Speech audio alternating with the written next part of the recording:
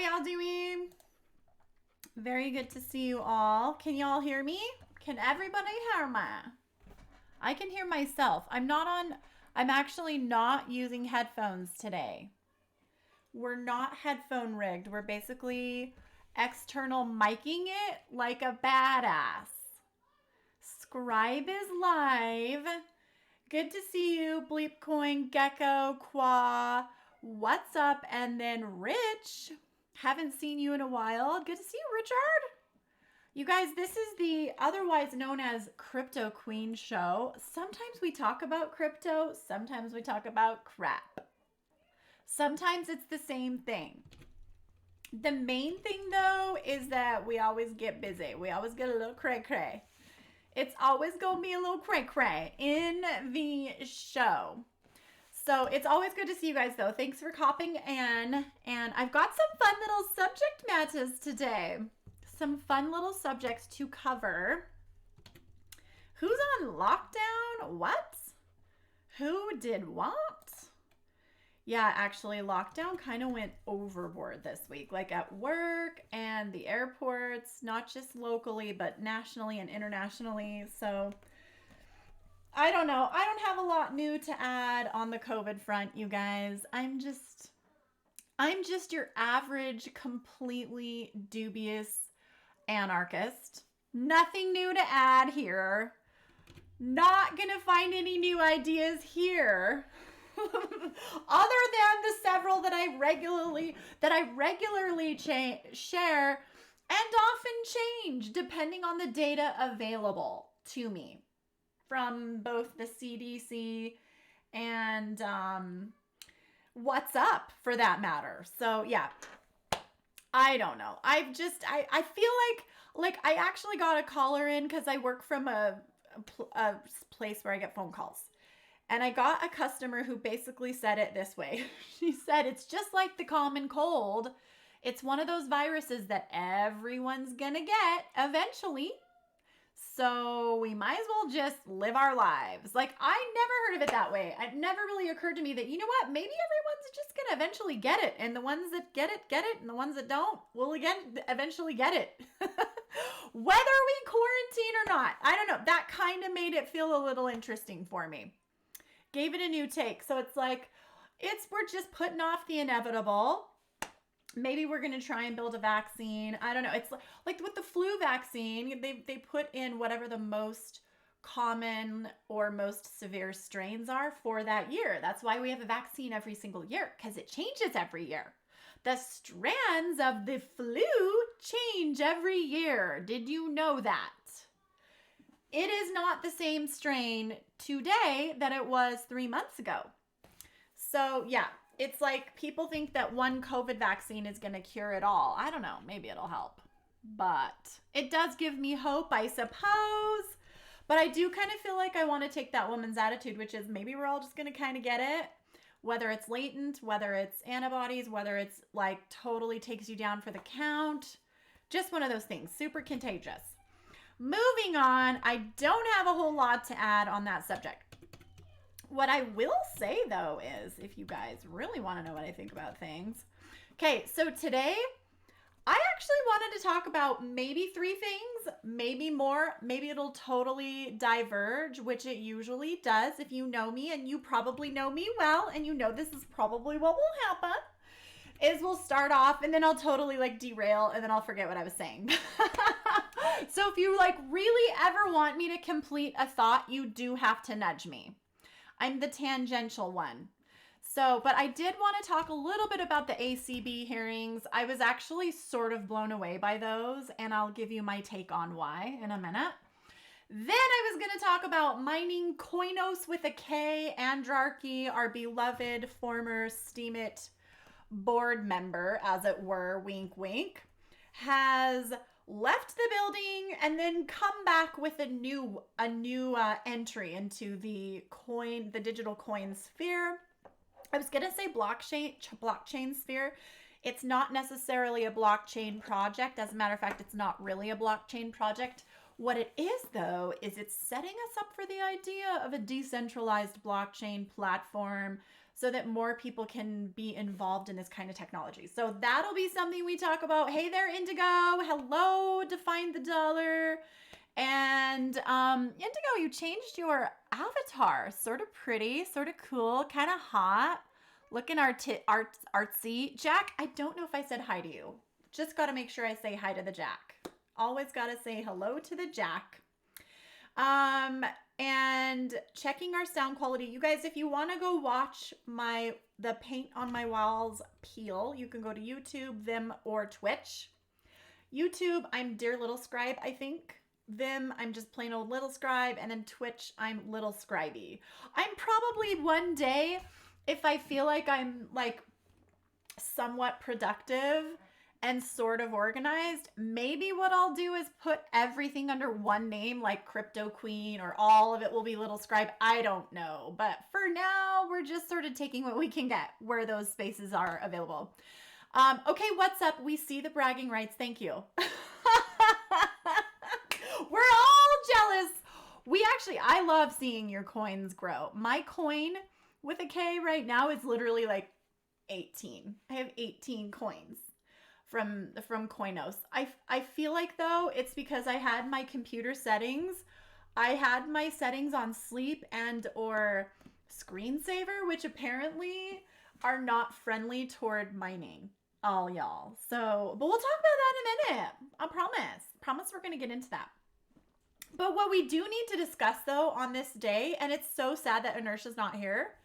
So let me, Inertia, where are you?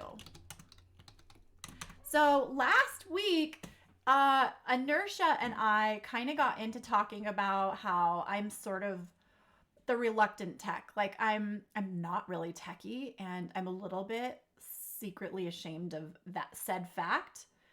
And, or I'm secretly ashamed of secret fact. But it's no secret. Like Scribey's not the tech in the room. However, we did discuss like my proclivities, and it turns out maybe I do have a propensity for it. I don't know. Am I using too many big words? Is that too many big words?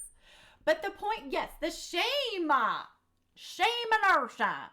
But the point is that I had several deterrents on the subject of being and or doing technical things growing up. And we discussed it last week. I don't need to hash that every time. But the point is that this week something came along that was a little bit techie and a little bit like, I tend to get a little hyperventilative whenever something comes across my screen and it's like requiring technical wherewithal.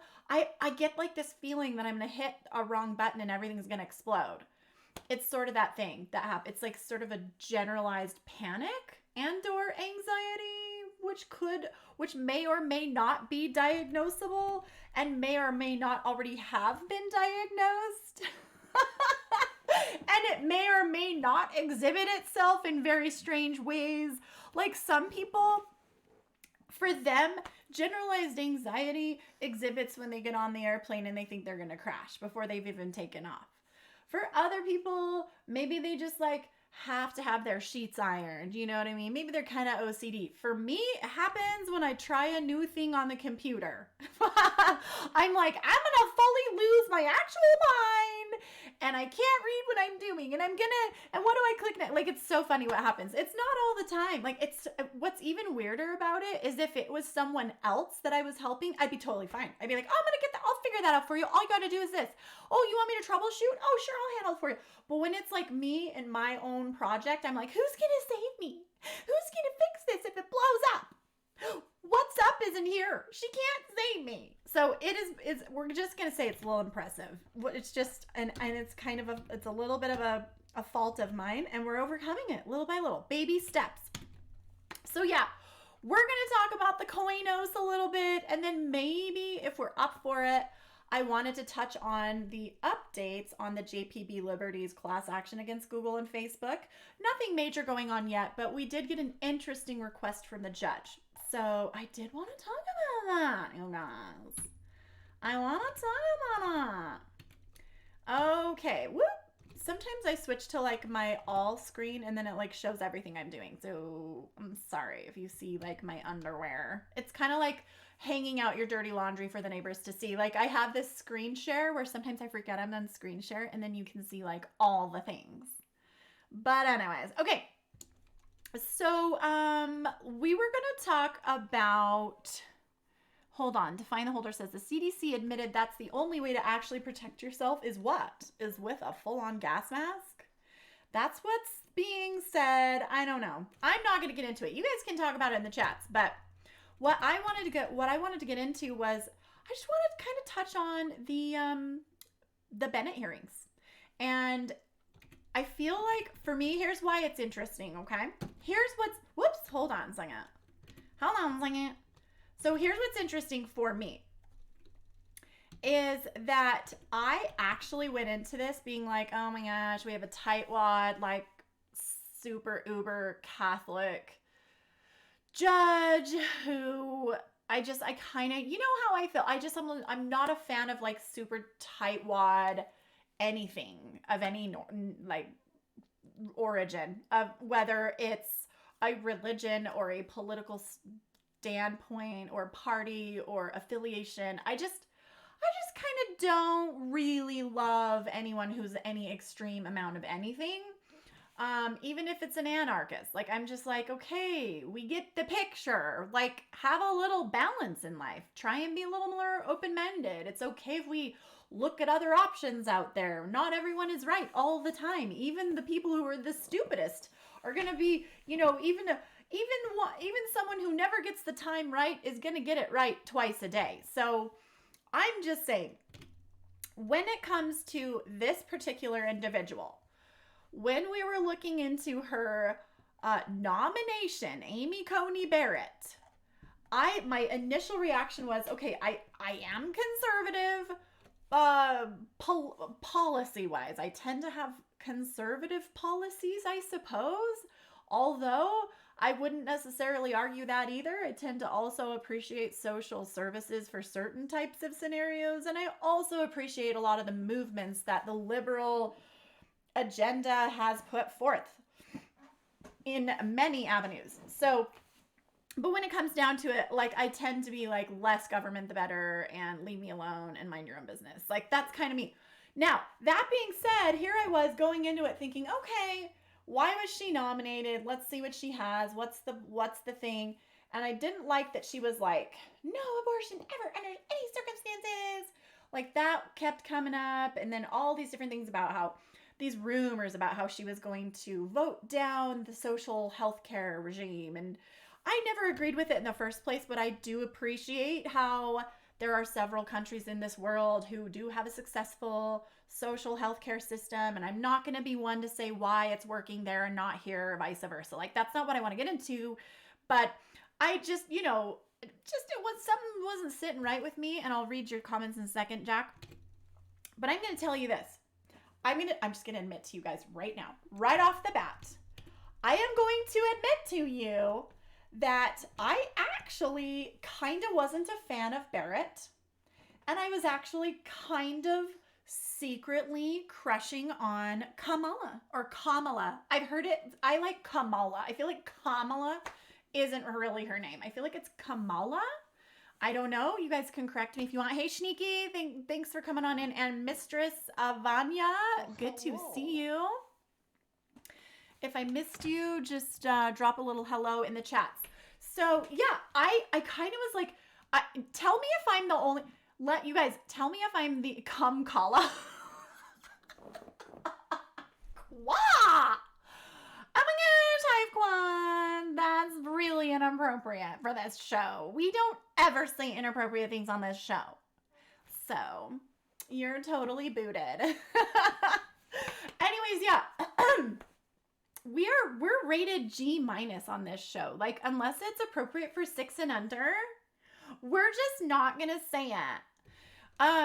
So I kind of liked Kamala. I was like, you are a little bit of a mesmerizist. Like, you know what I mean? Like, she kind of has this mesmerizing way about her. And it's not because of the excellent skincare products that she uses or the amazing facelift or the $1,000 hairstyle. I mean, those are helpful. She has a really great selection in lip gloss.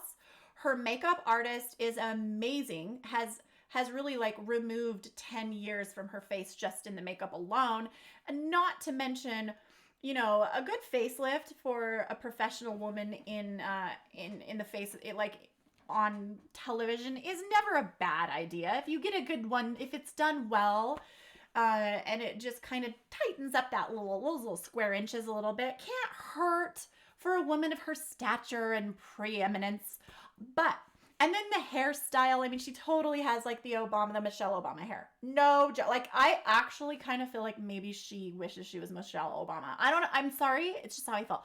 But watching her, I was just like, listen, I don't know what it is about her, but she's so poised. She's graceful. She's very articulate. She seemed, you know, even under the gun of things, like because I'd been kind of watching her for a while, I didn't know a ton about her policy. It wasn't, for me, it was seriously just looking at her as a candidate under the limelight. Like, I wasn't like going and deep diving what her policies were. I was just like, as a personality, she was a little bit mesmerizing. I was kind of like, wow, she's kind of smooth. Kamala's kind of smooth. So I went in going, oh, we'll see how this goes. And then I find out she's put on the the judicial committee that helps to, during the hearing, that essentially is part of the hearing. So what are we calling this? The Supreme Court hearing, right? The Supreme Court Justice nominee hearing, where they get to ask all the questions and do the examinations and cross examinations. And so I was like really excited. The confirmation hearing, is that what it is? Because isn't it the hearing prior to the confirmation hearing? It's the confirmation hearing, whatever it is. So I was really looking forward to the Kamala review. I was, because here's why, okay? So Kamala Harris, oh yes, I'll read Jack's comment. Kamala Harris, you guys, this is so fun, so much fun for me, because Harris is a former attorney general in San Francisco, California. Attorney general. Not a small thing. Like, her main job, she was basically a politicized attorney. She was an elected official in the position of an attorney, an elected attorney. And her number one job is to catch bad guys and to formulate new policy. Attorneys general have a huge impact on legislation for their respective cities and states. So yes, huge job being the attorney general. Secondly, so it does sound way too Catholic, a confirmation hearing. Totally sounds Catholic. Secondly, we had Bennett, Amy Coney Bennett Barrett, who is also a high power, high stakes, high profile attorney. So like, for sure, I was super excited to get into it and watch those highlights. Before I get to that though, I want to do this before I forget, is Jack Miller says, all I can say about that is, you know what defines the main difference between professionals and those who think that their opinion is always irrefutably right. The fact that a professional does what they do in line with the profession, and in doing so puts their personal opinions and feelings aside when approaching what they do.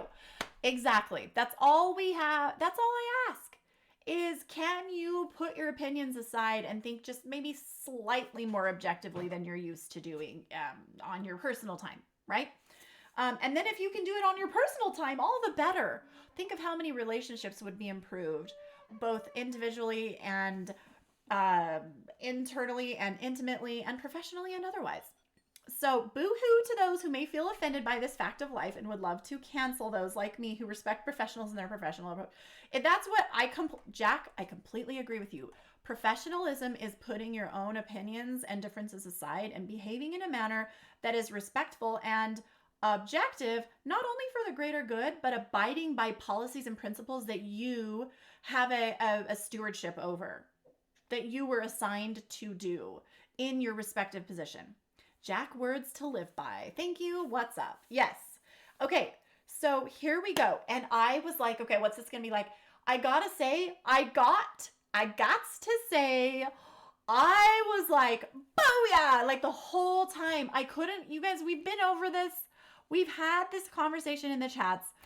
I don't have to like completely What is it? Spank a dead horse? Beat a dead...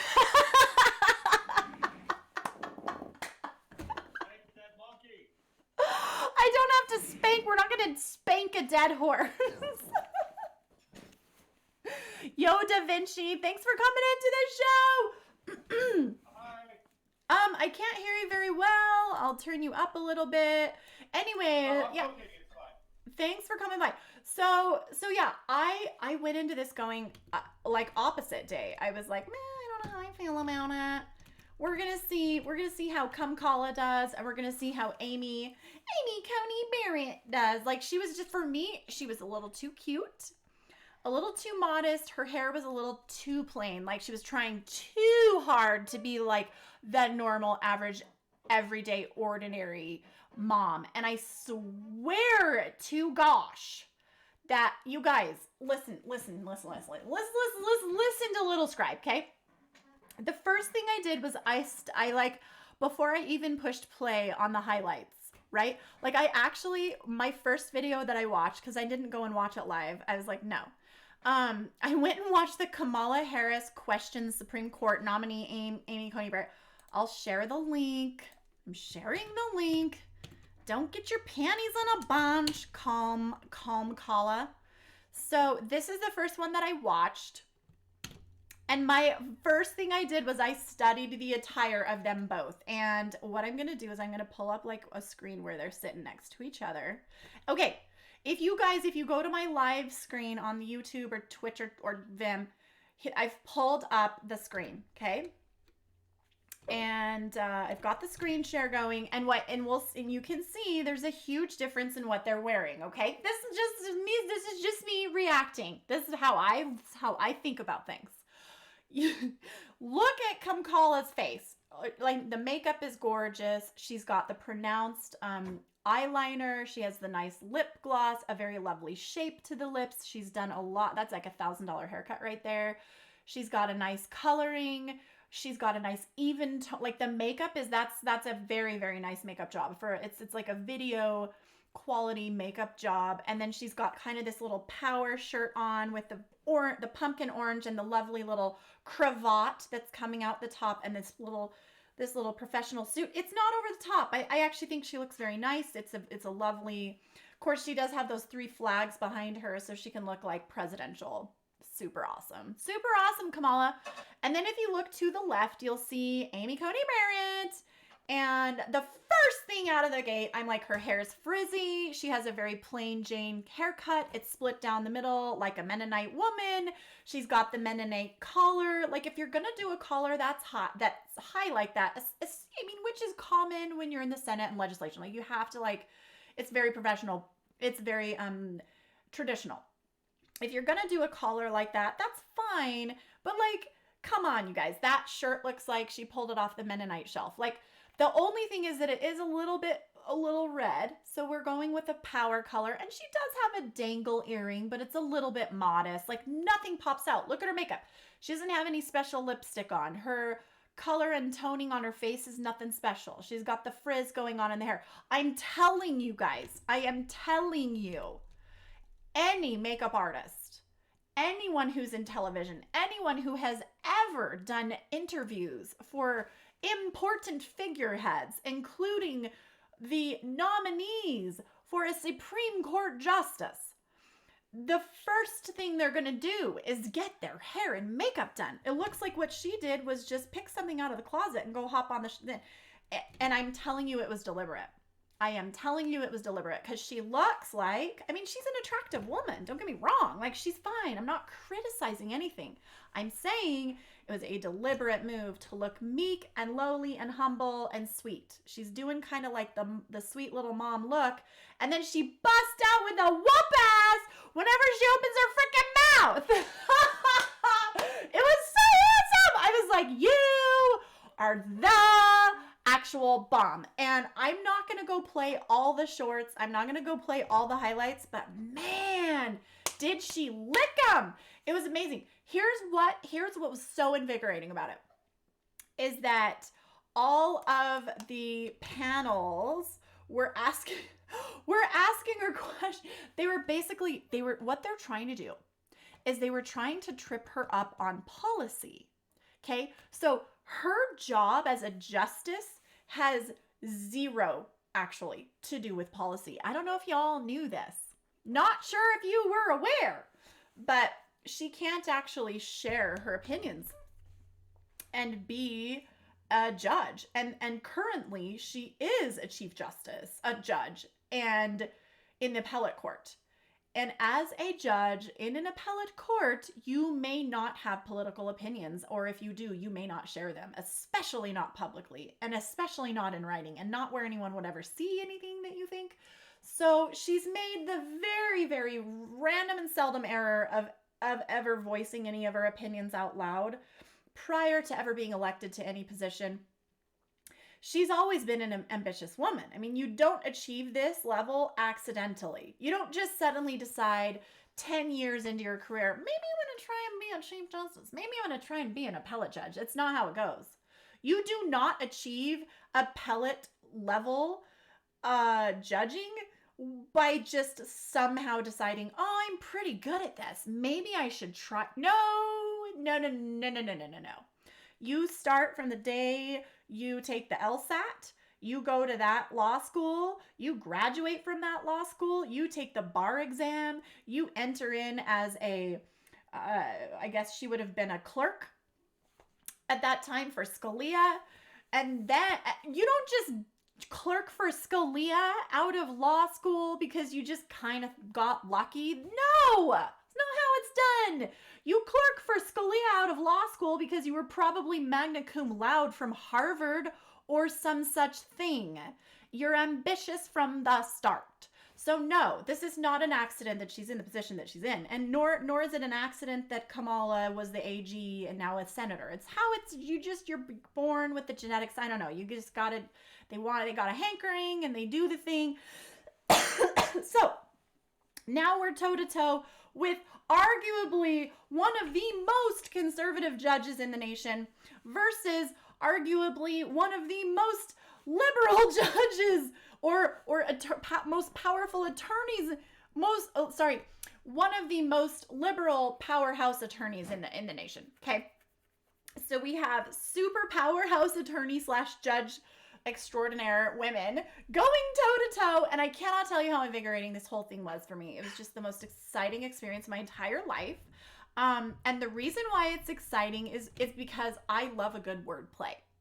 I love a good wordplay. I love when someone comes and tries to trip you up and you catch them in the act. It's a little bit like what Jesus did with the Pharisees. They tried to do this to him all the time, and there were lawyers in that time.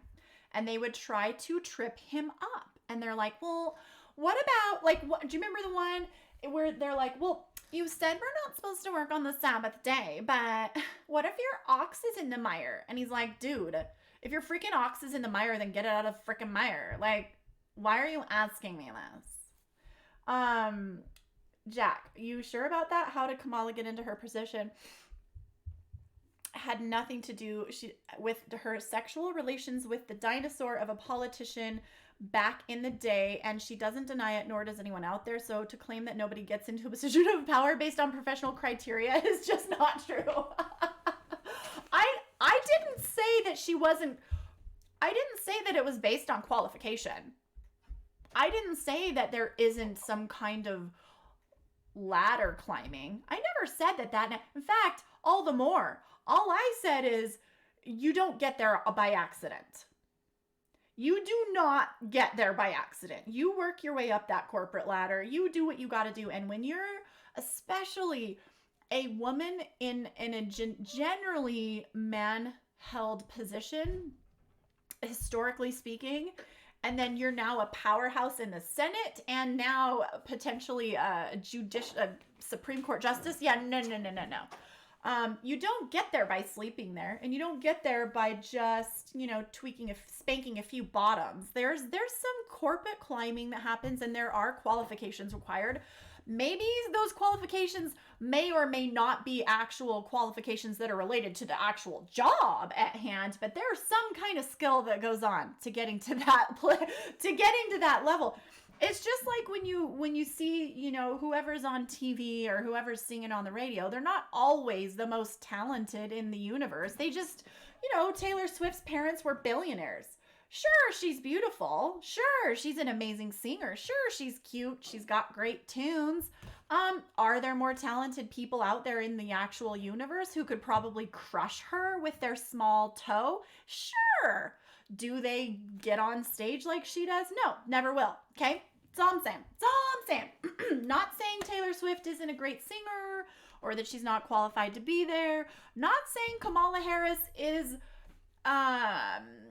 lacking skill. Not saying that. Just saying they're both ambitious women. It's fun to see them go toe to toe. And my final thoughts on the matter were this. Is every single time these senators would question Miss Barrett about anything, their number one goal was to twofold. Number one, to derail her from just to make her look bad, you know, like bringing up when you question someone about something. What ends up happening is the viewer goes, why are they asking her about that? Is she guilty of that? Why are they affiliating her with white supremacy? Why are they putting her next to a sentence that talks about making it criminal to do IVF? Does she think it's criminal to do? So they're planting these seeds of doubt in the viewer's passive mind. Like, oh my God, is she a white supremacist? Oh, does she think it's illegal to have IVF? Oh, is she going to tell me that I can't abort my baby even though I was raped in the like alleyway? Like, this is the part of the ploy, okay? That's kind of the obvious ploy right there. But number two is a much deeper and much more aggressive tactic, which is that if they can get her to trip up on her comments and give an actual opinion about something, a political or legal opinion about something, whether or not it is a valid opinion, whether or not she's had time to review it, whether or not it is justified, whether or not she can prove it legally, regardless of the opinion, she actually cannot, as a sitting judge, express opinion legally or politically whatsoever. Or what would happen? Number one, she would actually be barred. She would be disbanded. She would be, I guess the word would be equivalent to impeached from her current position. You cannot voice your opinion on things. Okay, that's number one. They kept trying to get her to say things. And when you're grilled for 4 and 5 and 6 and 7 days in a row, over and over and over and over, you're gonna it's gonna break you down. They're just hoping to get her disbarred. Okay, that's number one. Number two, she certainly can't be qualified to act as a sitting, and lifelong, for the remainder of her life per se, and most likely a Supreme Court justice if she's going in and giving her legal and political opinions before she even has a chance to properly rule on them and see and hear and cross-check the sort. Like, you cannot give a legal opinion, and that alone, if she were ever to give an opinion, they would immediately have a reason to not confirm her for Supreme Court justice. So it's what they're doing is unconscionable because they know this. They absolutely know this. And I wish I could pull up, I should probably try and find the one where she basically schools him and she says, Senator, you know I can't do that. Let me see if this is the one. Hang on. I interpret the Constitution.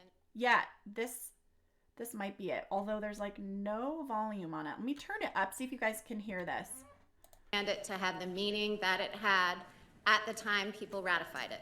Okay. So that meaning doesn't change over time, and it's not up to me to update it or infuse my own policy views into it. Justice Scalia, he was an originalist, right? Yes, he was. People say that you're a female Scalia. What would you say? I would say that... Okay, I don't think that's the part. Maybe this is it. I interpret the Constitution as no, that's not it. Anyway, I'll have to cue it up at some point. But basically, she has to repeatedly tell these people, guys. So they'll ask her. They'll be like, "Oh, how do you feel about white supremacy? pregnancy? How do you feel about the fact that women can't get an abortion? How do you feel about in vitro fertilization? How do you feel about every single time she says, I actually can't express my feelings on that. It would be unconstitutional of me. I wouldn't be able to in my position. And then every single time they say, well, that's really sad that we can't get a straight answer from you. That's really sad that you're just dodging the question, Judge Barrett. Well, it's really sad that you won't share us how you really feel. And so for the average common listener, they're going to be like, wow, she's just dodging it. She must be hiding something. But in fact, she must dodge it. It is not, she can't share her opinion, or else it would be unprofessional, and also she would be disbarred. So it's the trick of the trade, and she sees him to it every single time, and so many times over. There's so many other little fun things that she's so quick on the uptake. I don't care like what her leanings are. I'm going to vote for her. I love how she's just like, no, that's not my job. I'm not going to do that. That's not how I do things. She's an originalist on the Constitution, and vote for her. You're right. I don't get a vote. But she interprets the Constitution, I guess, the way that she was instructed by Scalia. He was a mentor, or she was a mentor. But yeah, it was interesting to partake of the debates. I could sit and watch them over and over again. It's super, super exciting. All right, guys, is there anything else we want to cover on that subject? Because I feel like we don't want to spank a dead horse. Oh my gosh, Q is a personal friend of mine. What are you talking about, Bleep Coin? Who's Q? Is Q Qua?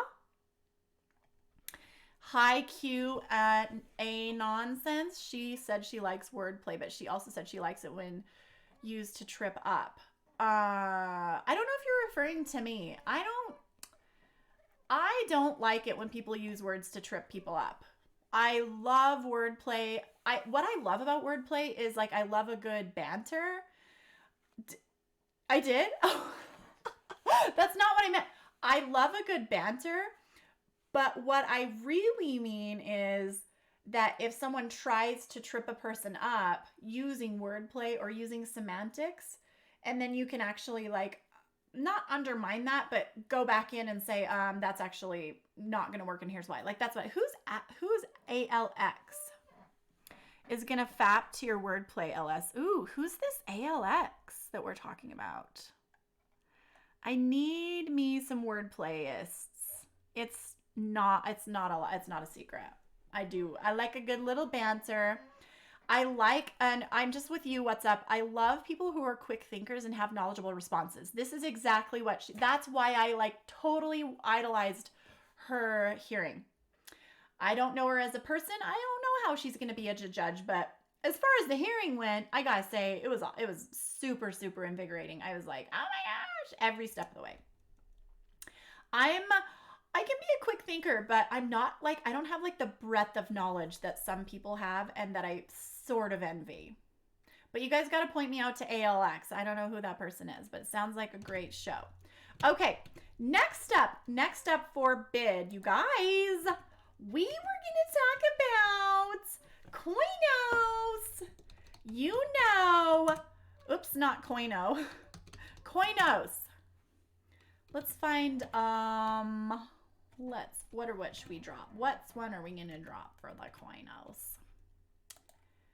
I am going to drop this one. I'm going to drop this one. Okay. That's the link I'm sharing. Havy's Guide to Mining KOINOS. KOINOS. Gecko, you're kind of on the money. KOINOS. No coins. No coins. I'm pretty sure the only person who has any coin with a K is What's Up. Like, I don't know anyone else that has any. I'm pretty sure that What's Up owns all the coins of KOINOS. I think What's Up has found her way to climb the corporate ladder. I think What's Up is actually Kamala Harris in disguise. How many do you have, Rich? You need to give us a screen share. We want to see your megahertz per second. We want to see your megahertz per second, Rich. If anybody in this room has downloaded the KOINOS miner and has mined any amount of coin, please share.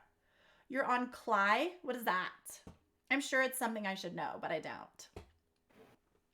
Gecko, how many coins do you have?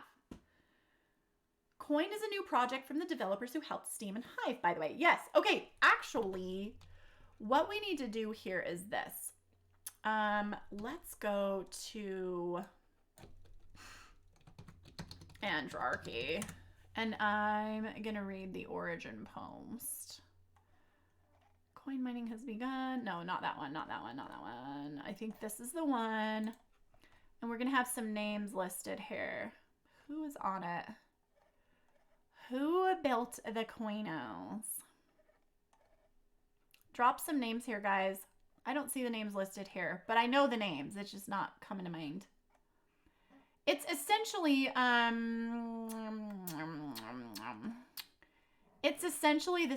a lot of, or several, or a few of the same people who built the BitShares blockchain under the direction of Dan the Man, or not Dan the Man, different guy, but Dan Larimer, and then EOS, which was also directed by Dan Larimer. So it's basically some of the head dev ops for BitShares, Steemit, and EOS, all three of which were under the, I don't know if we'll say direction or auspice, but something or other of Dan Larimer. So they're all Dan Larimer projects. These are the Dan Larimer devs, some of them. And several of them had some frustrations with Steemit. Is Dan the Man? Okay, no, you're right. It is. He's Dan the Man. So Dan starts out, builds BitShares. They basically rape the system, and then they go on to build Steemit. And then the same people who built it, there were the same people also invested in mining that platform and became wealthy and did not want to market it and kind of cashed out onto it, and then they moved over to EOS. Now, I'm not saying that people from BitShares or Steemit or EOS are evil and bad. They're not. There's actually the best and the brightest. That guy, while quite a nice man, isn't the brightest bulb. I wouldn't say that, but maybe not practical. He may not be the most practical bulb. He's much of a visionary, and he tends to need, according to rumor, I've never met the guy, I don't know him, but he does tend to butt heads a little bit with people who are trying to reason with him, which tends to be the attitude of most visionaries. He had a different idea for smart media tokens. He had a different direction that he wanted to take it with Steemit. I don't really know, and I don't care. But the point is, oh, you were talking about they call me down. Okay, got it. What's up? The point, though, that I'm trying to make is that although there may be those who, according to some, raped, pillaged, and plundered the BitShares, the Steemit, and even the Hive platforms, and although several of those original miners and investors have been the same players, the whales on all three, actually Steemit, BitShares, and EOS, although a lot of those guys are in common, there are those who actually really, in my opinion, do still have that origin story of, we just want to be decentralized. Like, we actually do want to be decentralized. Yeah, we want to be rich. Yeah, we want to be cool. We want to do something neat and special. But, like, we seriously want to be decentralized. So that's the feeling I get. That's the feeling I get. And when Andrarchy first started out on Steemit, that's when I came into the picture. It was like 4 years ago. I mean, maybe 5 years ago. He was just blasting out these YouTube bits on joining the blockchain and how cryptocurrency was created out of thin air, and the difference between Steemit and the Steemit coin and SBD and Steam, and like, man, it was so fascinating. And then he eventually became the communications director of Steemit Inc. And then, as we all know well, early this year, Steam It Inc. changed hands from Ned. Well, Larimer left a couple of years ago, went to develop EOS, and then it went to Ned, and then Ned gave his keys to Justin's son. And now we're here. Now we have Hive. We branched it off. Okay, so that was like the very fast forward recap. So what I think is interesting is that, and actually we're going to try and get Andrarchy on the show either next week or the week after. I will give you guys an update on that. So please stay tuned, because Andrew Levine will be coming on the Crypto Queen show. We will be doing something of an AMA, but it's going to be only partially focused on KOINOS and partially focused on just the fun little exploration of his backstory, which I think is super fun. I've always really liked Andrew. I've always enjoyed his just his approach to things. I've not always agreed with it, and I've not always been on the same page with him, but overall I kind of get the impression he means well. I kind of feel like he's trying to do the right thing here, and I kind of feel like what he wants is what we all wanted when we started Steam It, for those of you who were here at that time, which was this really magical belief in something that was decentralized and not influenced by external factors, including and not limited to monopolistic monoliths such as Facebook, Twitter, and Google. Okay, so for me, when I was listening to Andrarchy and the whole Steam It spiel, you guys, what's up? You know what I'm talking about. Jack, you know what I'm talking about. You guys were there. It was magical. It was like this thing that would get in the brain and sort of like revive it from death, sort of. It was a little bit like red pill, red pill v blue pill. I just kind of felt like, wow, there's another reality out there that's not on Facebook. What? Like, I'm being censored? What? I can be paid for my own ideas and own them? What? So that's kind of been my experience. And I've evolved, as has, I think, everyone else. We've evolved and matured in this space. I certainly have. I should think I have. I hope I have. I'm maybe more crazy now than I was then, but oh my gosh, that is so creepy, Inertia.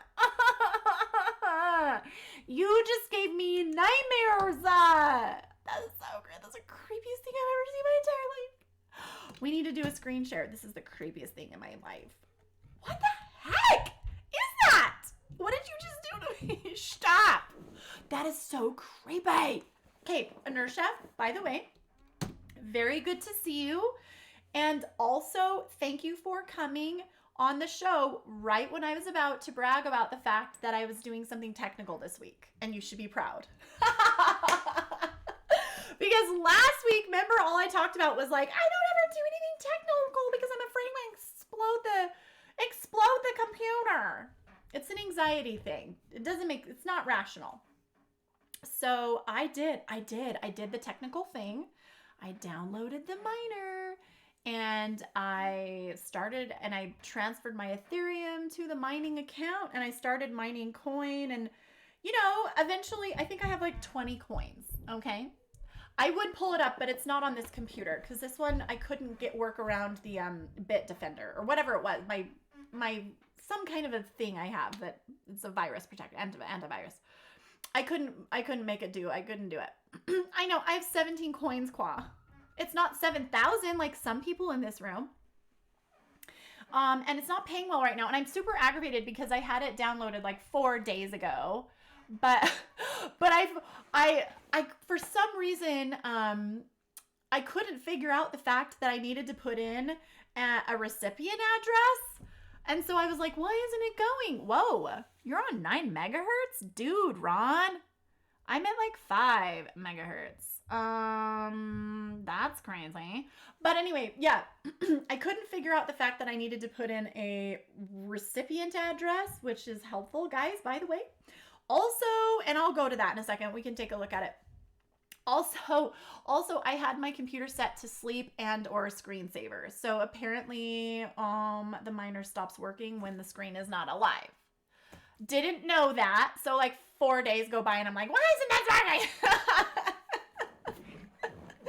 So I didn't do the thing and I missed out.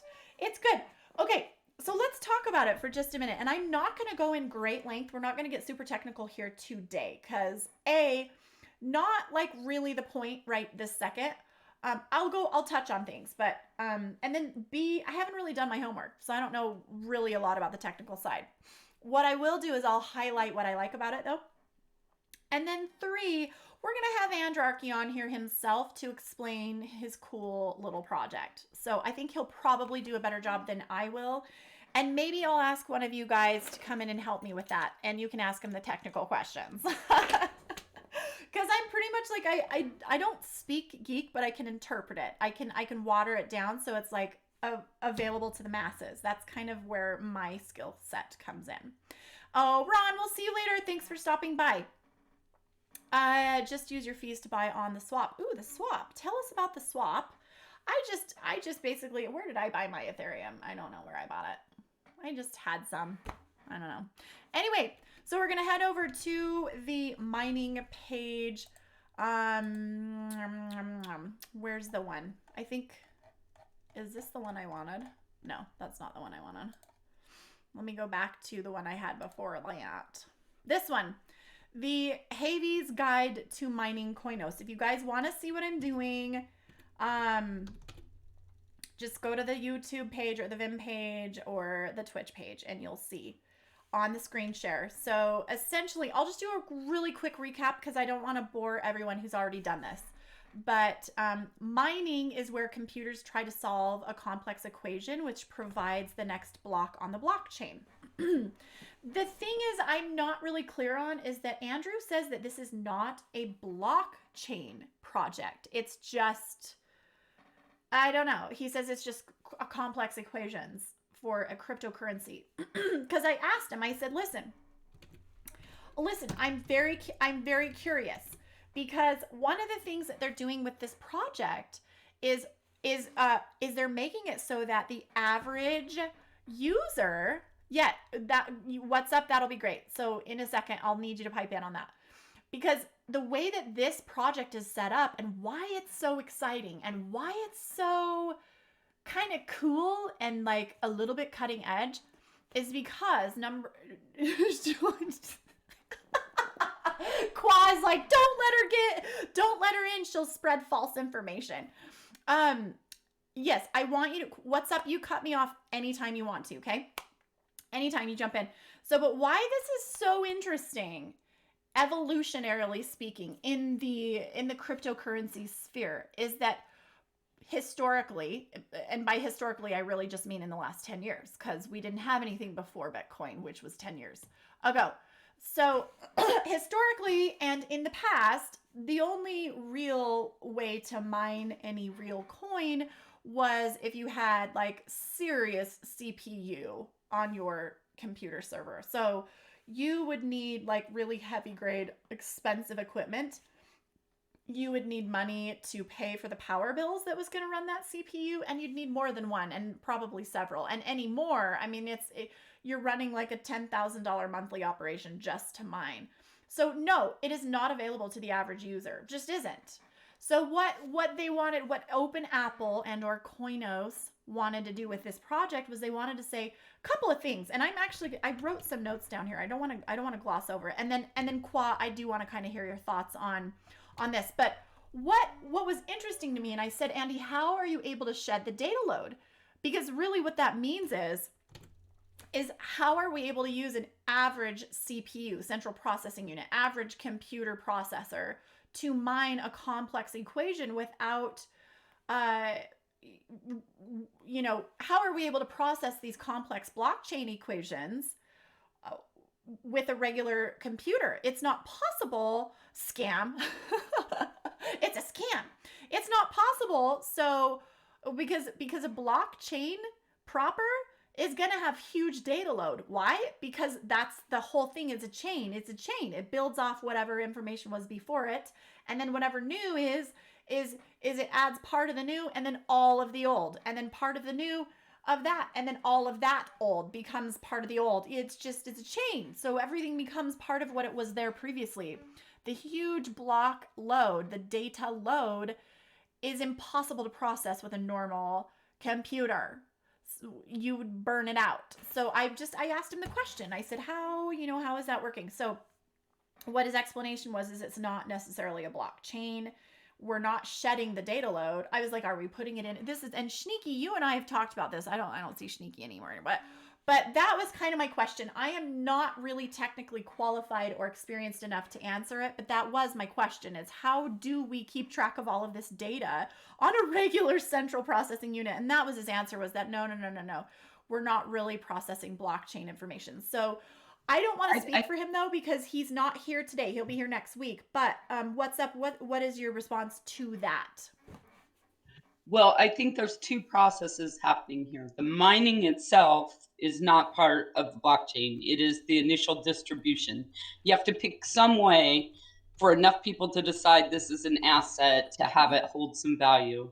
So how do you select that? Some of the common ways are mining or proof of work or an ICO or whatever. So this piece of it isn't happening on the blockchain. It's some kind of a little algorithm math equation that I don't pretend to know the details of.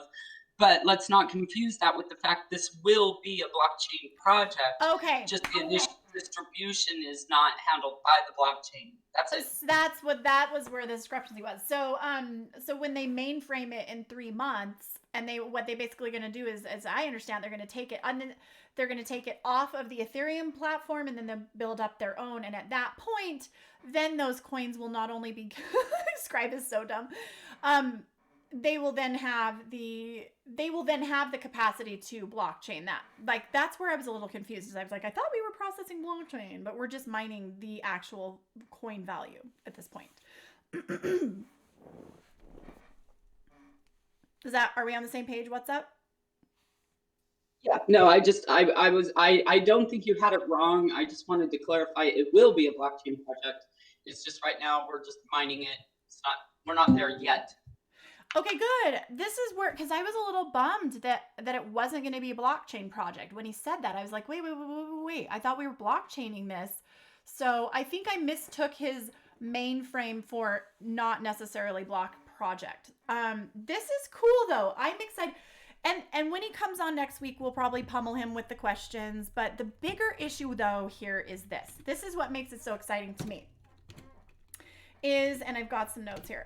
I just want to make sure we touch on them. So number 1, and did I even write them down? That's what's hilarious. I don't think I did. Hold on. Yes, I did. Okay. What's exciting about it for me is that it appears as though the definition of decentralized becomes actually a little bit more believable for me.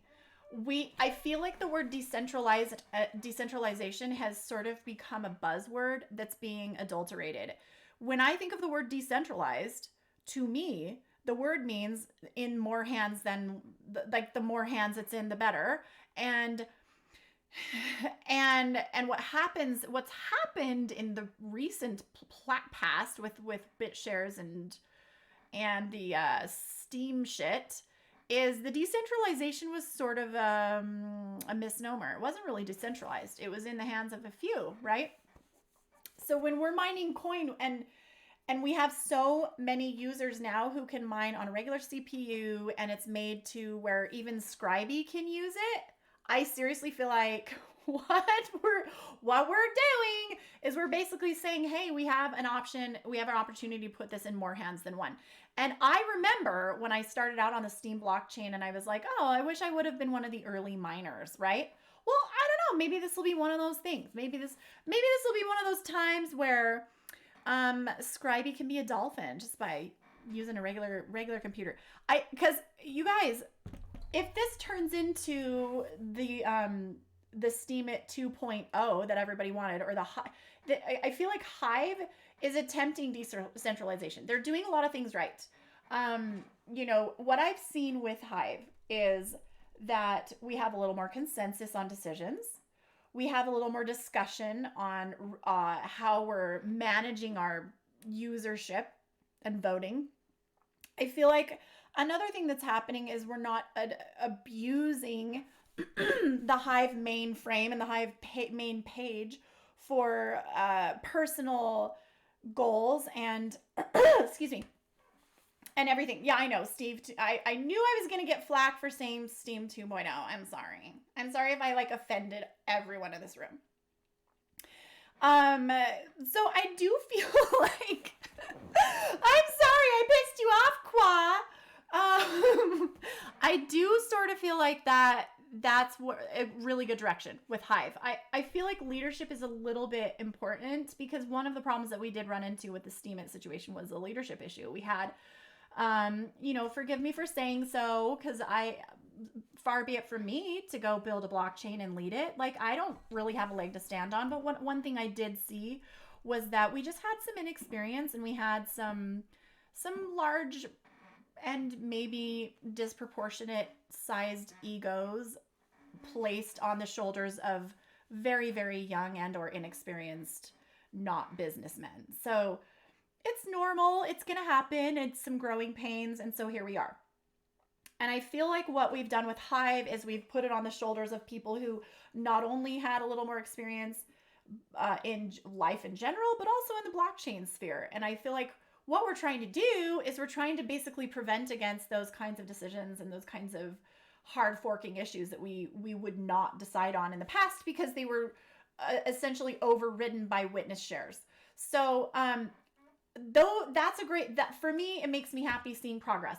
With the decentralization, though, again, I love the actual definition here that's being used, which is it's in more hands. Like there's more people who have access to it, and it's a little easier to get. Okay, so on the one hand, and then on the other hand, I don't know if you guys knew this, but there is not going to be an ICO for this. There's no initial coin offering, which for two reasons kind of strikes my interest. Number one, because ICOs raise the flags of the SEC, the Security Exchange Commission. Any blockchain or cryptocurrency endeavor that does an ICO is going to likely invoke the wrath and or the auditing of the SEC. It's going to be... David, you're not wrong. You're not... Have I ever, what was I saying when I opened the show today? It was so good. It was the best. I love you, David. Love you. We got to do a screenshot of that. It shows a picture of Amy Coney Barrett when the Senate was asking her, hey, can we just see your notes? Because you keep referring to them. And she picks them up and there's nothing on it. And they're like, what does it say at the top? And she's like, the Senate Judicial Committee or whatever. It's like letterhead. Some kind of post-it note, basic letterhead that she pulled. She has notes. She's not referring to any notes. It's all up here in the brain. See, I appreciate that you just compared me to... You compared me to someone who doesn't need notes, Ats. It's all up here. It's all up here. I'm so glad that you see me on the same caliber as Amy Coney Barrett. But yeah, he says, can you write down and show us how much Scribe knows about blockchains? Pretty much that is an accurate depiction of how much I know. I'm not even gonna pretend that that's not true. Okay? Nods. And what's up is like nods. Yeah, no, the guy, after showing no notes, the guy said, that's impressive. It's true. Anyway, so here we are. And little Scribe very openly, and David, you can go listen to my show last week because I know that that's what you do all day is you go into my archive of shows and you listen to all of them. But last week, all I talked about was like how I have this sort of like technical anxiety. Like it's really funny. It's like people are afraid of flying. It's just that level. So I do not pretend to be an expert. Not in the least. But that being said, you should call me out on it because I do need to get with the program. It doesn't mean I don't read up and I don't try to understand a little bit, but I just need more time. No, I don't need more time. I just have to, I literally, what I need to do is just put in the work to understand it. And I'm busy putting work into talking about things that are way more interesting, like for example, Amy Coney Barrett's recent hearing. Yeah, it's true. So when Andrarchy comes on the show, maybe next week, I'm not sure, but we'll have to dig in with him. I think I might need a first mate. Any one of you will be sufficient, but let me know if you want to help me out with that show. Cause I can handle it. It's not going to be a big deal. Like my job is to make it just kind of for the masses. But if there's any like superior technical questions that you'll have for him, I am not going to be the one to come up with those. So you guys get those ready for next week when we do it. Okay? All right. So that was my next thing, is there's not going to be an initial coin offering, which means what? What is that? Number one, SEC is not going to be whining, auditing. Number two, what it means is there's a little bit higher chance of viability as far as the volatility goes, because a lot of times those initial coin offerings come in and they get accused of and or turn into pyramid schemes or Ponzi schemes. Okay. Now, thirdly, though, is what's interesting about it is the value of the coin. And correct me if I'm wrong, the value of the coin, or firstly, the distribution of the coin, the distribution of the shares, as it were, will be in the hands of people who did not drop in $1 million or $100,000 or $5 million. It's going to be in the person who just downloaded the miner. So what's up is going to be the Queen KOINOS, for instance. Okay, KOINOS Queen. How many millions of dollars did What's Up invest into her miner? None. 0 millions. And she's got 7,000 coins. How many hundreds of dollars did I invest into my coins? 0 hundreds. Well, actually it was like 100. So yeah, it does require money. There is money required in the Ethereum transaction. Don't get me wrong. Like, you do need some Ethereum. So it's not for like every commoner, but it's for like middle class. Okay. She's going to profit at least $4.38. In any event, though, just the premise of it seems kind of promising. It just in those two regards, okay? Making it available to normal users, not just the wealthy, decentralizing the distribution of the mining, and no ICO, which is interesting considering the authors of this chain are responsible for BitShares and Steem, which are rumored for ICO issues and pyramid issues, okay? So, not really doing my homework on that one, but that's what tends to be the situation. Okay. Another really interesting thing is it will be upgradable and scalable. Here's why this is important. So, and this is the part I don't understand. I can never figure it out. And this is why, because I have to,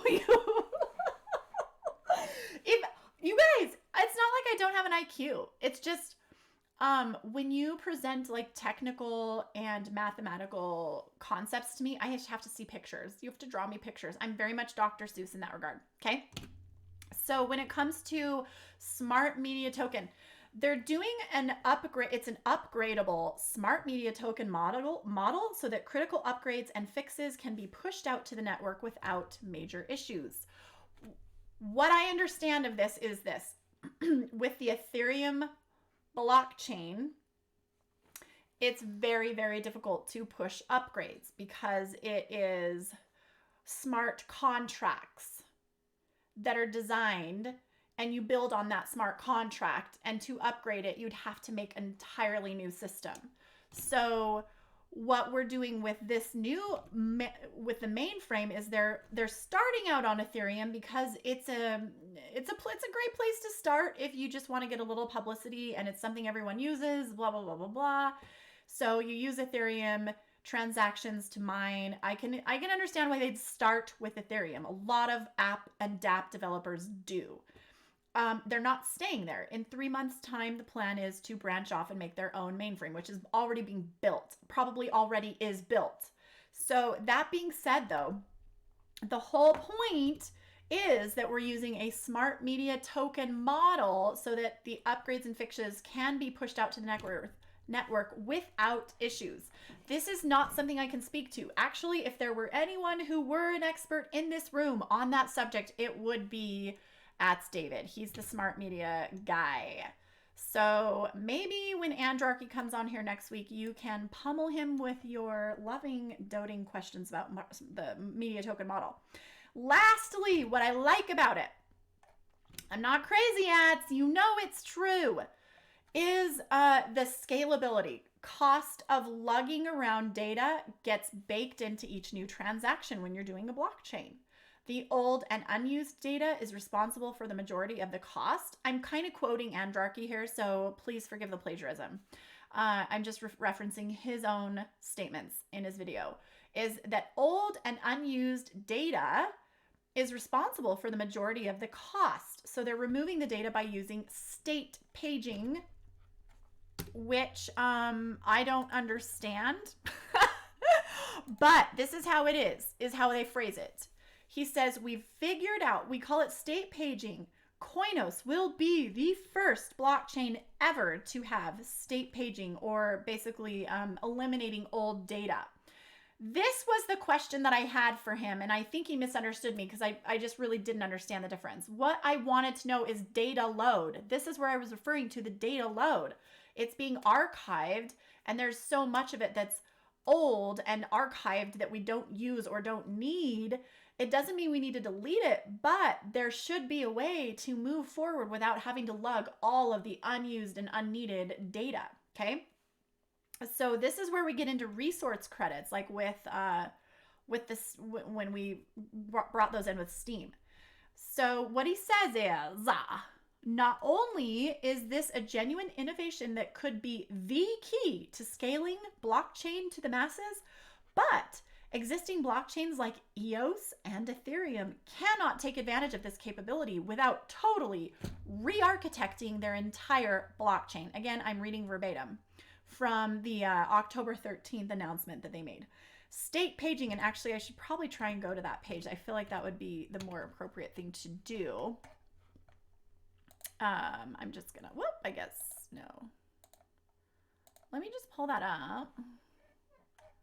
Take me 10 seconds. State paging. Okay, I'm switching cameras. Scalability.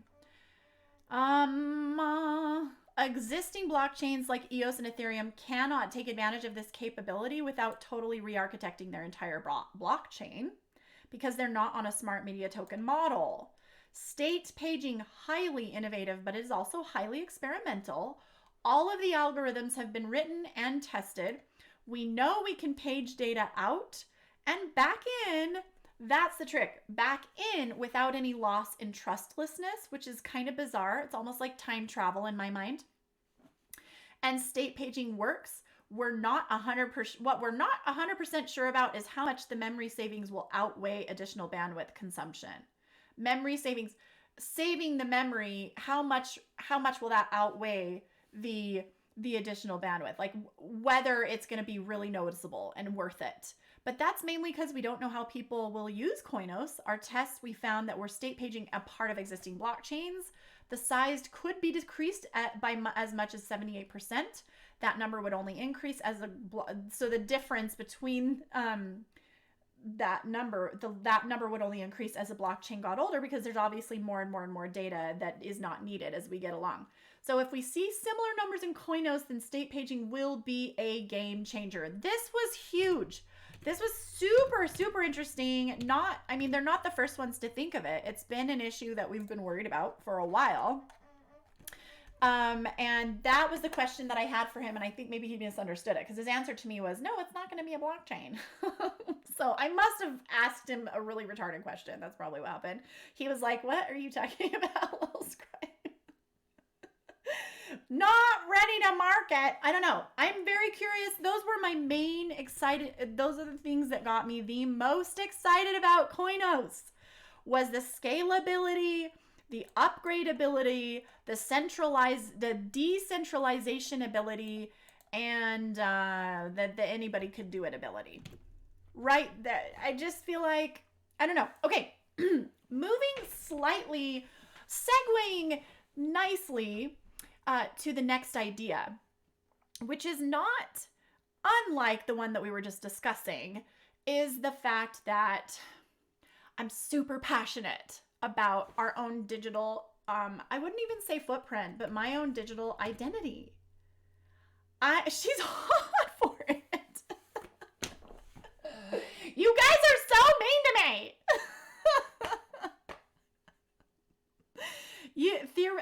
I don't even know what you're talking about. Vandenberg was trying to translate theoretical. You guys keep going at it. I'm sure it's very lively conversation over there. So yeah, Inertia is always on a different level, Qua, and that's why we love him. And you keep at it. Like, you guys have your combo. I'm just gonna talk about this. Is this whole thing with identity, right? It's not new. Everyone in this room is here because of this subject that I'm about to breach, right? Like, we've got a few minutes to talk about this. So, and if I do say so, actually, not to like seem sort of obsessed or anything, but with andrarchy, because I'm not. Like, he's a guy, he's a person. He happens to know a few things, but like I like his video on it. He does have a really good video on the subject that is my preferred of late, which is this one, and I'm just gonna share it. You guys are gonna see how I feel. I think this is the one. Yeah. Own and control your digital self. Here it is. So I feel very strongly about this subject. I think probably everyone in this room feels strongly about this subject, some more than others. But in fact, on Netflix right now, there is a documentary where I don't remember what it is called, but it's essentially interviewing like the top developers for the megalomaniac, like Google, Facebook, eBay, Twitter, like all of the main developers and marketing specialists for those companies were interviewed and asked very poignant questions about our identity. And like, there's no bones about it. They're just like, no, it's scary. Okay, so what I'm about to talk about is not the like conspiracy theory scary, like they're sucking our souls and it's all a scam. Like, yeah, sure, whatever. I'm sure that's true. What I'm going to talk about though is how they're doing it. This is so fascinating to me. Is you guys know how it's done. So they have algorithms and artificial intelligence. What's scary isn't the artificial intelligence. That's not actually that scary. What's scary is that we don't have access to that information about ourselves and someone else does. That's what's scary about it. So we have these predictive models that are designed to basically not only tell a corporate owner what Little Scribe is about to buy and talk about and do, but then there to tell Little Scribe what she should talk about and do and buy. Like, that's the creepy cool side of it. It's so bizarre to me that the same model that will tell these people what I'm about to do is the very same model that tells me what I'm about to do. Is that not like, does that not boggle everybody's mind that it's like this predictive model that's basically deciding what I do and then telling these corporate databases what I just did. Like, and by telling them what I just did, it'll be able to predict what I'm about to do, and then it'll tell me what to do that. It's super like Minority Report level. That's how I feel about it. And no one's going to change my opinion. And I don't think anyone here really truly disagrees, because what's happening is every move, every step I take, every move I make, I'll be watching you. Wasn't that actually originally supposed to be about stalking? Didn't we decide that? So every move I make, every step I take, every word I say, everything I do, everything I purchase, everything I wear, everything I watch is being watched and cataloged and archived and then done something with. And then the data is put into a churn mill to give them numbers on what I'm going to vote for, what I'm going to wear. And so what they do is they develop marketing and advertising campaigns to target a certain demographic or a certain political persona, and then it's used to sway my opinions using keywords and algorithms. I mean, it's just fascinating. It's just, you guys, I'm talking about that scene from Minority Report where he's walking through like the mall, the central mall in downtown, and all of these advertisements start popping up in holograms right in front of him, and he's like bombarded. I don't know if it was Tom Cruise that was happening to. I think it was. Yeah, it was Tom Cruise. And he's just being bombarded by the advertisements that are being popped up in front of him, almost like he doesn't have a choice. It's almost like overstimulus overload. And so we're just sort of, I mean, there's just hundreds and hundreds of films out there, animated and otherwise, that speak to this notion. It's not a new one. I'm not original in my sharing this concept. I'm nowhere near original in this concept. The difference, though, is that not everyone out there has access to a way to kind of mitigate that. I didn't say cut it off or stop it, but mitigate. And I always have and always will and currently do believe that decentralized spaces, such as the blockchain space that we find are in, oh yeah, I muted him on my end. I don't know what's going on. But yeah, the decentralized spaces, such as the one that we're in now with Hive, and even Discord. I mean, places where we can kind of meet and nobody's owning our information. Although I wouldn't necessarily be able to say that of Discord. Is a step in the right direction. And owning our digital identity, which to me, it doesn't mean that there can't be manipulations on that information. There's still going to be a mainframe, and yeah, Discord gets my info, and frankly, so does Hive, and so does anywhere else that I'm putting my information up. There's still ways to harvest that information. You can draft up your own spreadsheet based on data polls. I mean, it's not that hard to do. You can still do that.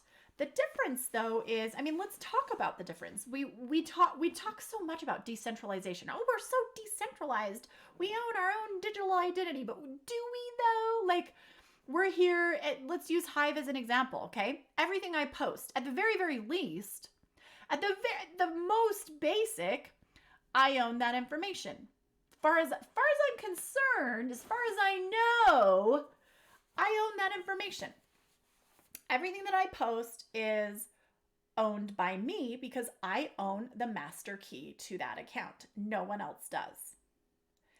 I store my own personal data in my little Scribe account. Okay? That's just like maybe one baby step toward decentralization and or not even so much decentralization. Well, yeah, no, decentralization, because no one owns it. If they want my info, they're going to have to harvest it in a way that is maybe a little invasive, but I don't have any contractual agreements with anyone. So if they take my information, they only took what was publicly published, right? And at the same time, they're not taking the information that I may have entered in as a account owner. There's a lot of personal information that might have been entered in that way that isn't, that they don't have access to. You know, what's the space? You guys know what's the one where people go for hookups? The one, not Indeed. I was thinking Indeed as the job hunt. What's the one where you go and you get hookups? What's the one? Not Grindr is a good example. I love how I don't even know what it is because I never use them. And they scare me. Tinder, Grindr, all of those guys, okay? It's actually super creepy, scary. How much information they know! These guys, they got everything! Like, they know. If I were to have an account on Tinder, they would be able to know when Scribey was horny. They would be able to know when Scribey was lonely. Not that I ever get either. I'm never horny or lonely, minus either of them. Horny Scribey. They would know when Scribey was horny, and they would know what she was horny for. They would know when she was lonely, which she never is. But I'm just saying, like, all of us have those moments where we're going to be searching more for something than others. They have a way of and they have like an algorithm that says, okay, this person was having this moment. And Ancient Scribe, lonely Scribe. So it's true. They got it all, and they know what habits I go in. They know what my scrolling habits, my interests were, my political views. They would have all my conversations. Luckily, I don't have an account with Tinder. I never will. I don't need a Tinder account. I got my ways. So, yeah, Scribey is alive. She's alive. It's just super fascinating. So they can do all kinds of things with this information. I feel like you could not do that much with that. You know, Hive, for instance. I keep using Hive because that's where I currently populate my data, is on the Hive platform. And I don't even do it that much, but it's just a for instance. So they call me Scribe. I could do that. It does seem original. So I don't know. I want to hear what you guys have to say. Like, how are we decentralized? We keep talking about this digital ownership. No one owns my information. Obviously, Facebook owns my information and my account and everything that I put up there. It belongs to them. So having my information belong to me is a step in the right direction. Having my data not as easily mined is a step in the right direction. They call me little. Having my personal information not available to the account creator, you know, the platform creator, is also a step in the right direction. If we were to be all on Facebook with those same criteria, where none of that information was as available, most of the information was not as available, and what I put out there belonged to me, and no one had the right to censor or delete or persuade my thoughts, yeah, it would be a different space. It would be a hugely, vastly different space because they couldn't control my thoughts as much. They still could have influence over them politically, socially, economically, spiritually, and otherwise. You know, you kind of like, you tend to sort of think the way that it's just like your income is going to be what the average 7 people are that you're friends with, right? So if you want to have a bigger income, then make friends with like people with bigger incomes. But it's kind of the same thing, is who I am and the viewpoints that I have are part and due to the people that I may or may not choose to affiliate with. So yeah, there's always going to be some level of persuasion. But hey, Justin, thanks for joining us. We're just talking today, the hive mind, the real Scribe. Qua, you know you always get the real Scribe. You know you always gonna get the real thing here. Definitely not Scribe inertia. You guys are so clever. What are you talking about? Are you saying I need to go into Hive and change my name? Because I never ended up doing that. I just went into the Peak D, and I changed my like backup account to be Hive Honey Scribe. Okay, so I guess we'll take a poll, and at the end we'll see who wins. Anyway, they do not call me Scribe. Those are like my basic tenets. Is I don't like the idea that my information is being farmed out so that some corporate head can then tell me what I should think and what I should wear and what I should buy. I do sort of feel like that's irksome to me, to the point that I kind of feel like there's very few of us left on this planet who haven't been completely adulterated, like from the inside out. I just don't know if they exist. And this whole thing where we're like westernizing underprivileged and third world nations, I'm not so sure I agree with it. Sure, you know, clean water and electricity, maybe a little bit of education can't hurt. Maybe, I don't know. I'm just not so convinced that being part of my culture is an advantage. I just kind of feel like maybe being an Aborigine in the middle of like wherever Aborigines are found, is the better bet. That's super decentralized. At Scribe. Oh my gosh. At Scribe. Ned Scribe. I think I'm going to change my name to Ned Scribe. It's official. I voted. It's Ned Scribe.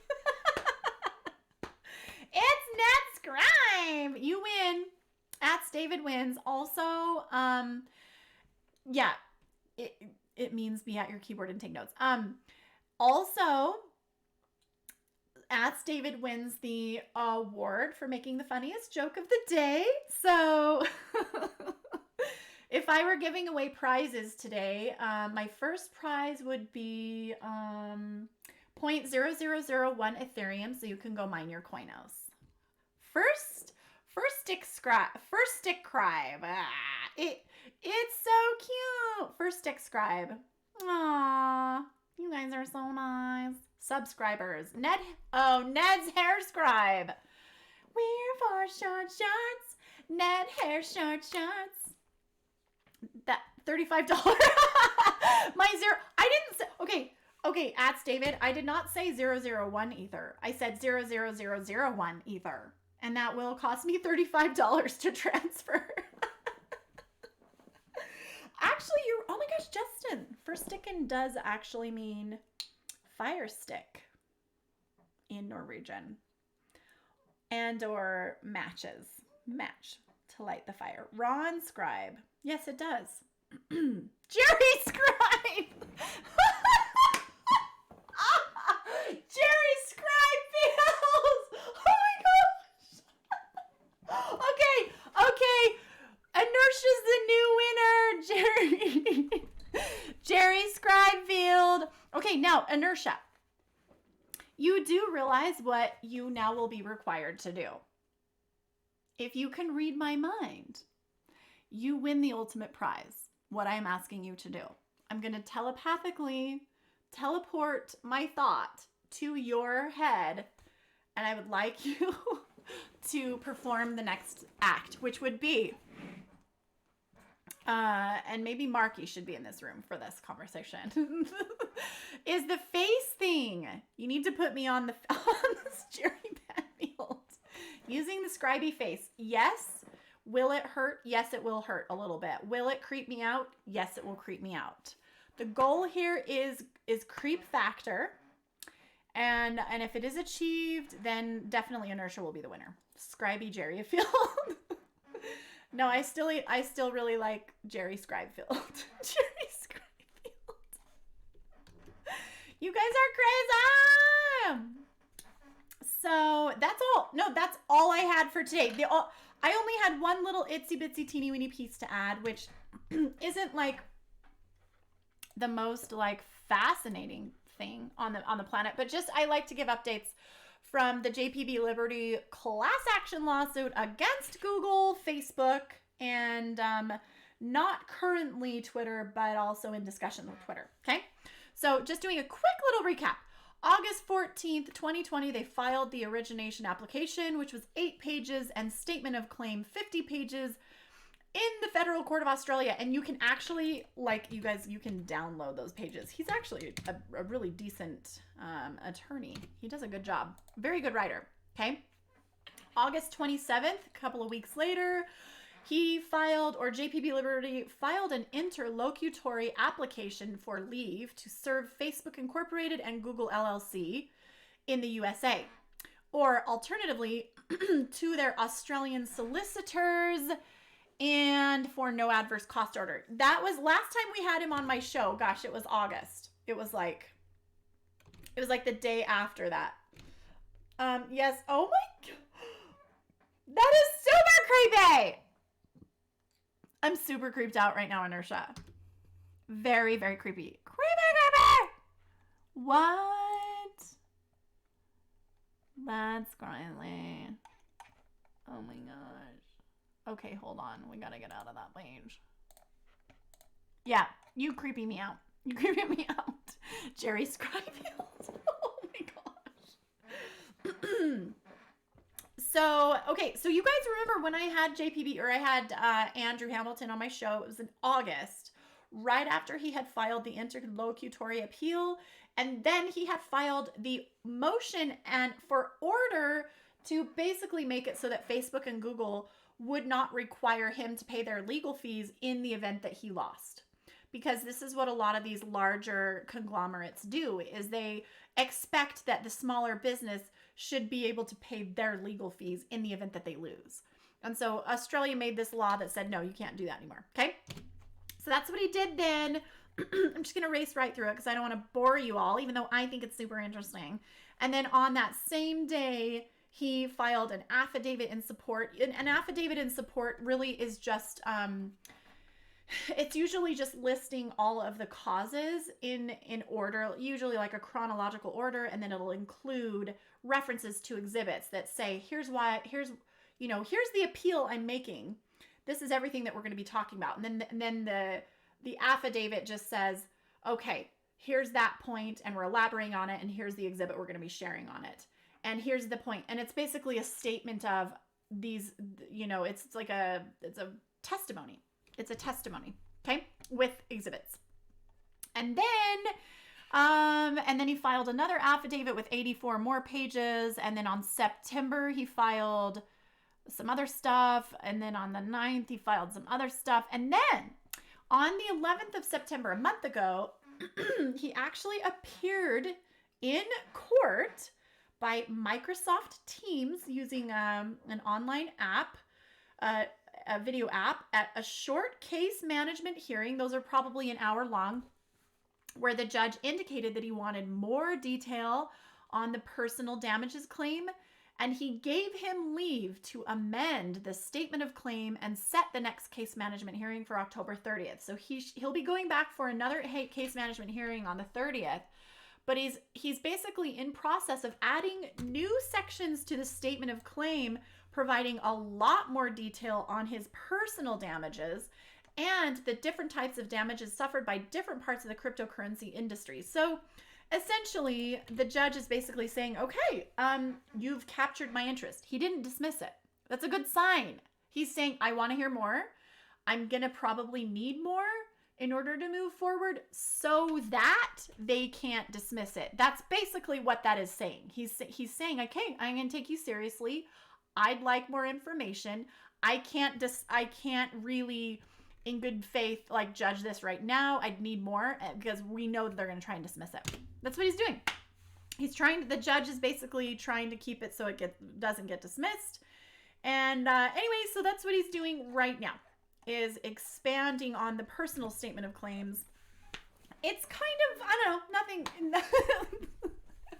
I'm still hopeful, I'm still hopeful that it won't get dismissed. I am sort of actually not convinced that it will get dismissed. I actually kind of have a very curious and almost hopeful take on this.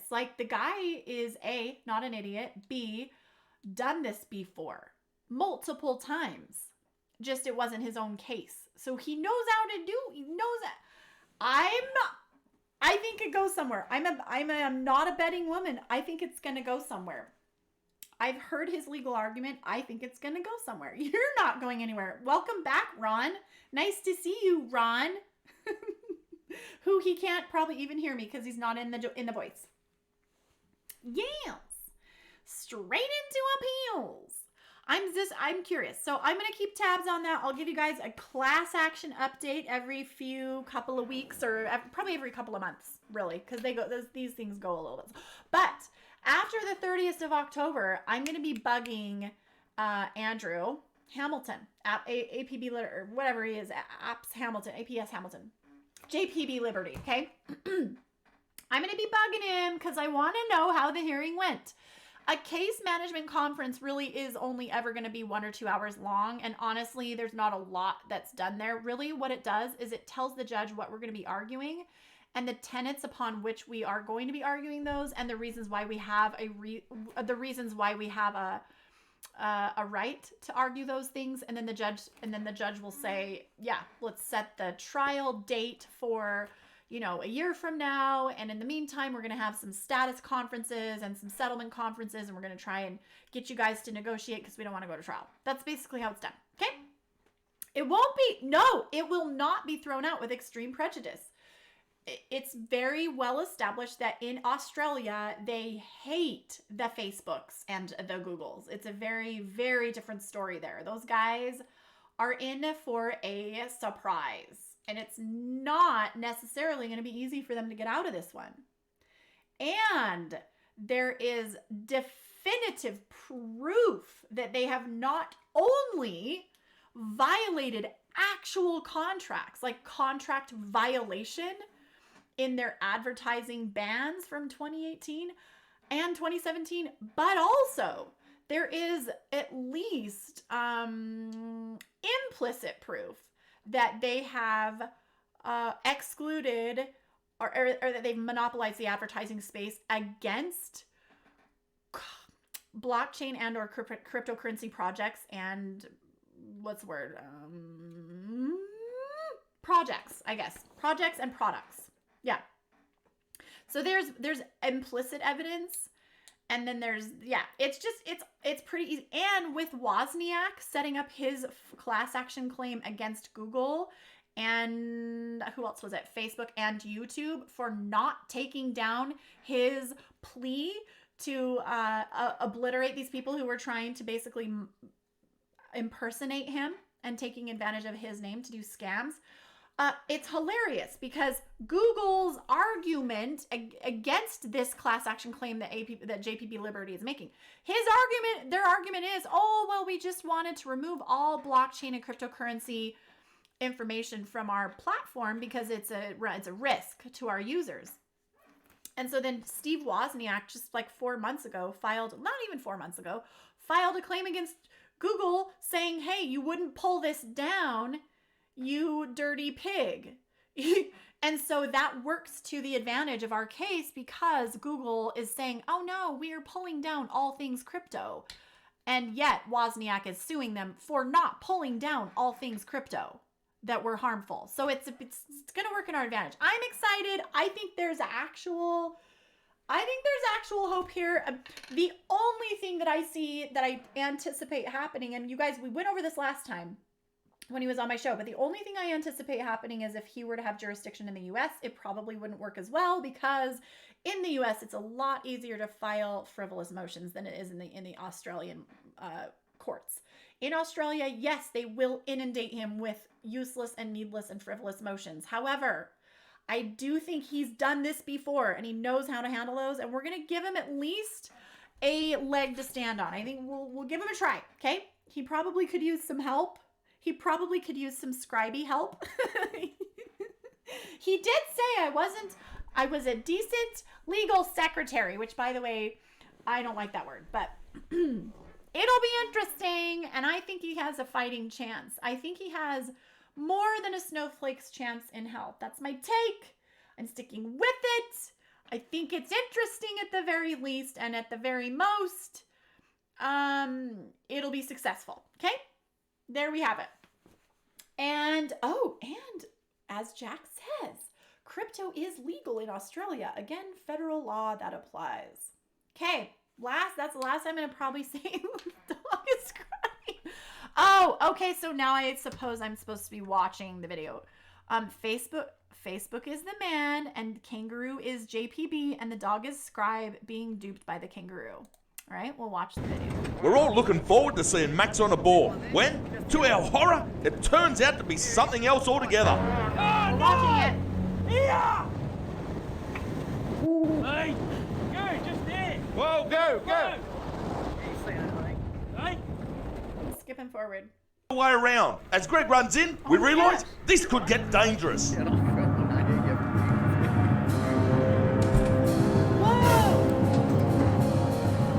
Let it go, dogs, let's go. Down the dog's coming. He's punching the kangaroo. Well, we're not sure what's going on here, but the Roo has the dog, not the other way around.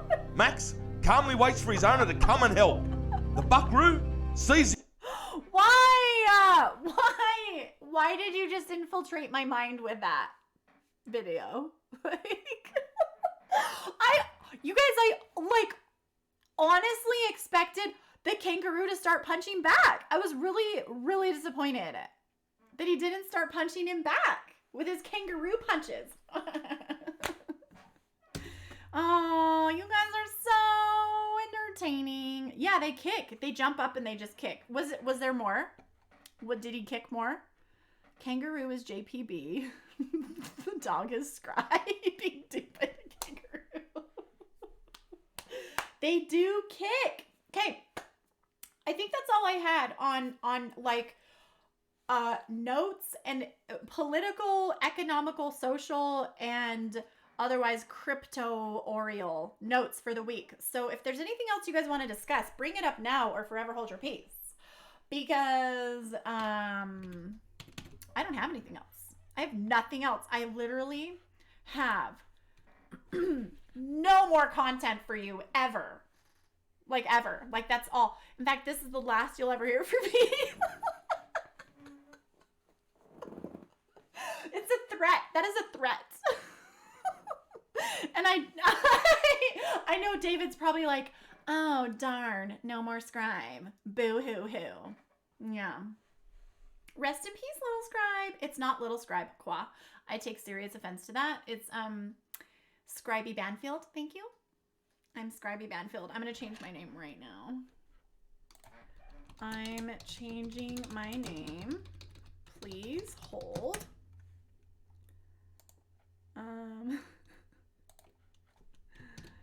Scribey Banfield. Inertia wins. Inertia wins. Oh. Okay. Somebody type something and then I'll type something again. Okay, Qua, type something.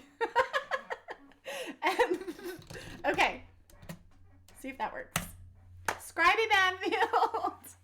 On that note, you guys, we have like 6 minutes left. And you know what's so funny? Is I actually don't officially have like a set time frame for the show. It's like different every week. Like sometimes it's 1 hour and sometimes it's 3. And actually there's no set time. So whenever I'm like, okay, we have like 5 minutes left. It's usually fairly arbitrary. It literally depends on like how much adulting I have to do that day. So today, like, I just get to pick and choose when we start. We usually go an hour or 2. It's usually more like 2. And then I turn off the stream and then I hang out for a bit. So I'm turning off the stream.